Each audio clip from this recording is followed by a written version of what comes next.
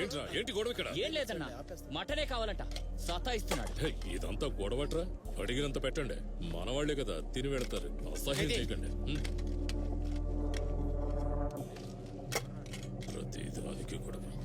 వదిలే వదిలే, వెళ్ళు వెళ్ళు వెళ్ళు. అందరూ వెళ్ళండి వెళ్ళండి వెళ్ళండి అందరూ.